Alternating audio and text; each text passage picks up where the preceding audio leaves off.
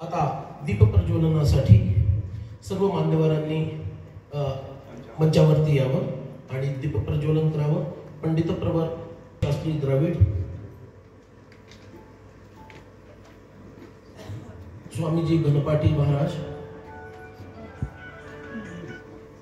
बाळासाहेब स्वामी, विशाल गुरुजी आणि कोटणीस महाराज।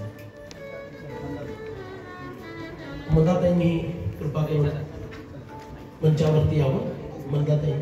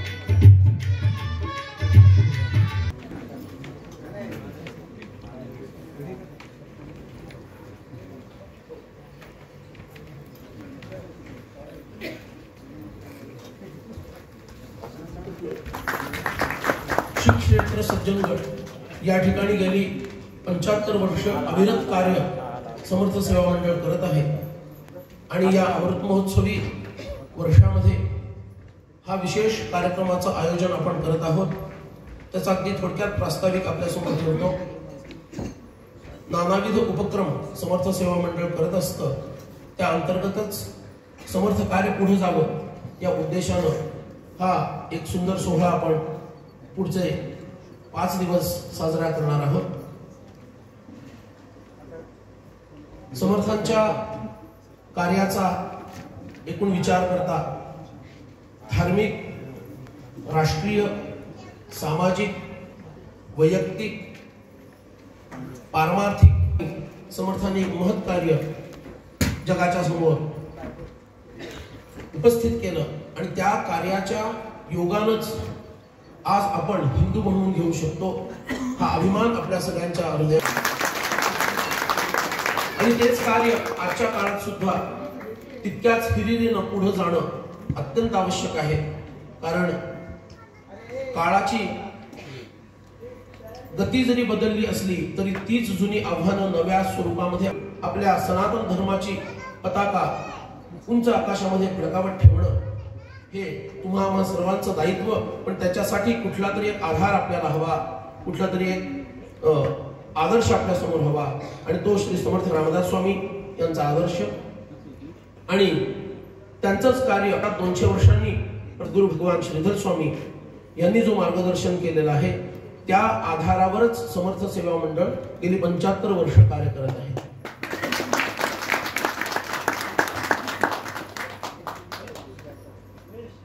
समर्थांच्या पावन भिक्षेच्या माध्यमातून गावोगावी, नगरोनगरी जाऊन आपण भिक्षा मिळवतो, पण त्याहून अधिक लोकांना देतो कीर्तनाच्या माध्यमातून, विचारांच्या माध्यमातून, मनाच्या श्लोकांच्या माध्यमातून। नानाविध शिबिरं या सज्जनगडावर होतात। अगदी वयाच्या 11व्या 10व्या वर्षापासून मुलं इथे येतात, मुली इथे येतात, ते वयाच्या 70-75व्या वर्षापर्यंत विविध पद्धतीनं त्या वयाच्या लोकांना जे मार्गदर्शन अपेक्षित आहे ते सर्व मार्गदर्शन समर्थांच्या आणि श्रीधर स्वामींच्या शिकवणुकीला आधारभूत धरून आपण इथं देतो। त्या व्यतिरिक्त बाहेरच्या ठिकाणी जाऊन सुद्धा या प्रकारचे उपक्रम आपण करत असतो। भक्तांची राहण्याची उत्तम सोय आपण सज्जनगडावर उपलब्ध करून देतो। दासनवमीचा उत्सव असो, गुरुपौर्णिमेसारखा उत्सव असो, असे नानाविध उत्सव सुद्धा आपण इथे साजरे करत असतो। दर 3-4 किंवा 5 वर्षांनंतर असा एखादा मोठा महोत्सव सुद्धा आपण विशिष्ट कारणानं साजरा करतो। त्याच उद्देशानं या वेळेला आपण अमृत महोत्सवी वर्षी हा एक सुंदर सोहळा साजरा करणार आहोत। सकाळी 9 वाजल्यापासून ज्ञानसत्र प्रारंभ होतील। 12 साडेबारा वाजेपर्यंत ती या ठिकाणी होतील। तदनंतर भोजन प्रसाद आणि विश्रांती असेल। दुपारच्या सत्रामध्ये कीर्तन किंवा भजन असा कार्यक्रम असेल आणि त्यानंतर संध्याकाळी 350 वर्षाची जी परंपरा आपल्याला प्राप्त आहे ती समर्थांची अत्यंत प्रिय असणारी उपासना, उपासकांशी सूचना, उपासना उपासना ही उपासना श्रीधर कुटी या ठिकाणी घेतली जाते। त्यामध्ये आपण सम्मिलित होऊ शकता आणि रात्री सुरेल अशा संगीताचा गायनाचा कार्यक्रम 11 वाजेपर्यंत असा हा कार्यक्रम असणार आहे। तरी पुन्हा एकदा सर्वांचं मनपूर्वक स्वागत करतो आणि पुढील कार्यक्रमासाठी आता आपण उपस्थित आहोत। तो कार्यक्रम आता आपण प्रारंभ करत आहोत। समर्थ सेवा मंडळाचे अध्यक्ष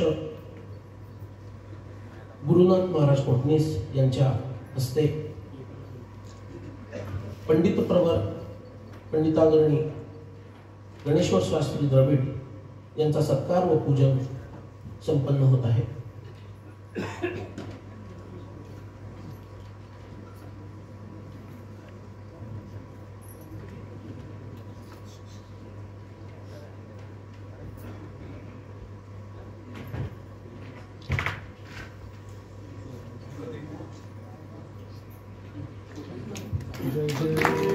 जय जय रघुवीर समर्थ।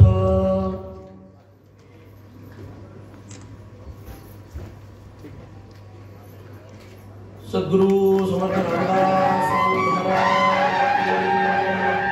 सद्गुरु भगवान श्रीधर स्वामी महाराज की जय। जय जय रघुवीर समर्थ।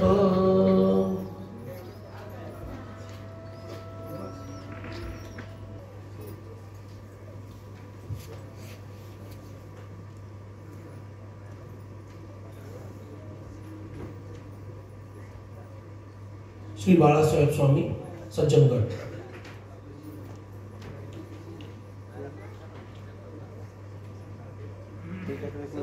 सद्गुरु भगवान श्रीधर स्वामी महाराज की जय। जय जय रघुवीर समर्थ। श्री रामदास स्वामी संस्थान सज्जनगड।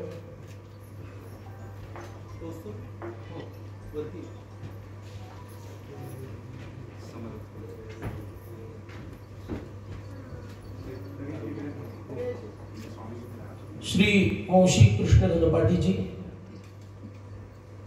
यांचा सत्कार शास्त्रीजींच्या हस्ते।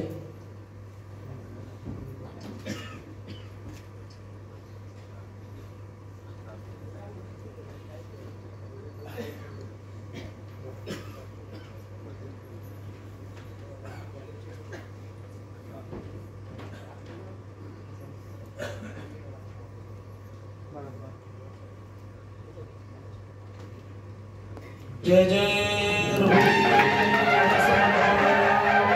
राष्ट्रगुरु समर्थ रामदास स्वामी महाराज की जय। आर्य सनातन वैदिक हिंदू धर्म की जय। जय जय रघुवीर समर्थ।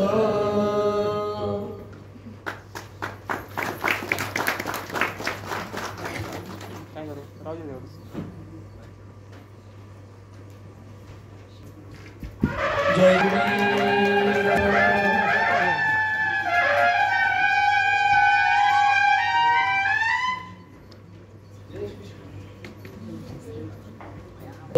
ज्यांचं अखंड भ्रमण चालू असतं धर्मस्थापनेसाठी। समर्थ जसं म्हणतात ब्राह्मण हिंडता बरा, तर तेच कार्य शास्त्रीजी अविरतपणे करत आहेत। त्या परमादरणीय शास्त्रीजींचं आशीर्वचन आपल्याला आता प्राप्त होणार आहे। सर्वांगाचे कान करून आपण त्याचं श्रवण करूया। शास्त्रीजींच्या चरणी प्रार्थना की त्यांनी आशीर्वचन आम्हास प्रदान करावं।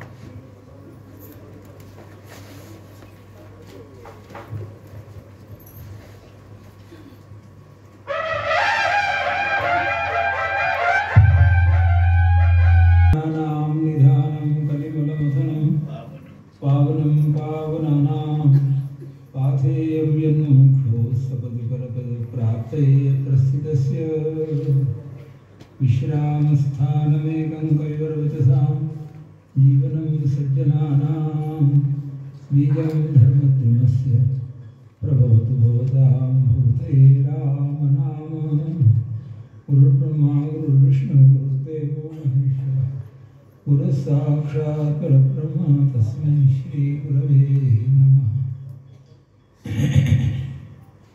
सर्व उपस्थित मान्यवर आणि श्रद्धाळू भगवंताच्या कृपेने परमपूज्य समर्थ रामदासांचे भक्त श्रीधर स्वामी यांनी या समर्थ भूमीची सेवा व्हावी उत्तम रीतीने आणि समर्थांची सेवा व्हावी समर्थांचं कार्य पुढे प्रचारात यावं यासाठी समर्थांच्या या पवित्र स्थळात समर्थ सेवक मंडळाची स्थापना केली आहे। त्याची स्थापना करून 75 वर्ष होत आहेत। त्या अनुषंगाने येथे पंचदेवतेचं अनुष्ठान ठेवलं आहे आणि विविध कार्यक्रम ठेवले ज्यात प्रवचने कीर्तने संगीत सेवा वगैरे भजन जनजागरण हे सदा व्हायला पाहिजे। वेदात सांगितले उत्तिष्ठतमा स्वप्ता अग्निमिच्छध्वं भारताः राज्ञ सोमस्य तृप्तासः सूर्येण सैजोषसः इथे मृत्युमहं ब्रवीमि सदा अप्रमादम अमृतत्वं ब्रवीमि। जे कर्तव्य गोष्टी आहेत त्यांच्याविषयी दुर्लक्ष असणं म्हणजे हेच मृत्यू आहे। आपलं अनिष्टाचं साधन ते बनतं आणि कर्तव्य गोष्टींच्या विषयी सदा जागरूक राहणे म्हणजे अमृतत्वाच्या वाटेत आपण जातो। यासाठीच समर्थ रामदासांनी 10 वर्ष की 12 वर्ष काही गोदावरीत उभे राहून पुरस्चरण केले आणि त्यानंतर त्यांनी धर्मसंस्थापनेचे हे कार्य मोठ्या प्रमाणात केलं। त्यांनी हे धर्मजागरणाचं कार्य निरंतर व्हावं म्हणून अनेक ठिकाणी मारुतींची स्थापना केली आणि मठांचं निर्माण केलं। प्रत्येक कार्यातच कालक्रमाने काहीतरी शिथिलता येते, त्यावेळी पुन्हा त्या शिथिलतेला दूर करण्यासाठी काही उपक्रम करावा लागतो। त्या उपक्रमात समर्थ श्रीधर स्वामी महाराजांचं प्राकट्य झालं आणि त्याने समर्थांच्या कार्याला पुढे नेलं आणि ते अनुस्यूत व्हावं, सतत चालत राहावं म्हणून या समर्थांच्या मुख्य स्थानात सेवाभावाने कार्य करण्यासाठी या मंडळाचं स्थापन केलं। आपण हे लक्षात घेतलं पाहिजे। आज भारताची काय स्थिती आहे तर प्रत्येक वर्ग आपल्या जबाबदारीला पूर्णपणे पाडत नाहीये। ब्राह्मणांना अध्ययनाचं मुख्यत्व दिलं आहे तर त्यांचं ते कार्य भार आहे, उत्तरदायित्व आहे, जबाबदारी आहे। एते वर्णा सधर्मेण आपल्या वर्ण सगळे ब्राह्मण क्षत्रिय शूद्र भगवंताचे भजन करतात, भगवंताची सेवा करतात आणि पुढे लिहिले ये जाता सहवृत्तीभिः। यांचं कर्तव्य काय हे सुद्धा पहिल्यापासून आहे। चातुर्वर्ण्यं मया सृष्टं गुणकर्म विभागशः। पुण्यपापाचं जे मिश्रण असतं किंवा पुण्यपापाचं जे साठ असतो त्याला गुण म्हणतात की कसले पुण्य आणि पाप असतील तर ब्राह्मण कुळात जन्म येईल, हा गुणाचा भाग आहे. आणि ब्राह्मण कुळात आल्यानंतर त्याने काय कर्म करायचं तो विषय दुसरा आहे. तो हे 17व्या की 18व्या अध्यायात गीतेत सांगितलेला आहे. असं गुण आणि कर्म दोन्हीही संबंधित या जाती आहेत. किती पुण्य असेल किती पाप असेल तर क्षत्रिय कुळात जन्म येईल आणि मग त्यांचं शौर्य वगैरे हे कर्तव्य सांगितले. किती पुण्य पाप असेल तर वैश्य कुळात जन्म येईल, मग त्यांचेही कार्य कृषी पशुपालन गोरक्षा वगैरे व्यापार. किती पुण्य आणि किती पाप असेल तर शूद्र कुळात जन्म येतं, मग त्यांचंही कर्तव्य सेवा वगैरे हे आपल्या सर्व शास्त्रात सांगितलं आहे. वेदापासून सतवाङ्मयापर्यंतच्या ग्रंथात सांगितलेलं आहे. तर प्रत्येकाचं काय कर्तव्य आहे त्याचं उद्बोधन त्यांना व्हायला पाहिजे. हे उद्बोधन जर नाही झालं, संरक्षणाची जबाबदारी ब्राह्मण आणि क्षत्रियांच्यावर सोपली आहे. सर्व पशूंच्या संरक्षणाची जबाबदारी वैश्यांच्यावर सोपली आहे. महाभारतात सांगितलं, प्रजापतिर्हि वैश्याय सृष्ट्वा परिददे पशून् ब्राह्मणाय च राज्ञे च सर्वाः परिददे प्रजाः न च वैश्यस्य कामस्य न रक्षेयं पशूनिति वैश्य रक्षति नान्येन रक्षितव्या इति स्थितिः. पशुपालनाचं कार्य जर वैश्यांच्याकडून होत असेल तर दुसऱ्यांनी त्यात हस्तक्षेप करू नये. पण त्यांच्याकडून लक्ष होत नसेल तर बाकींनीही केलं पाहिजे.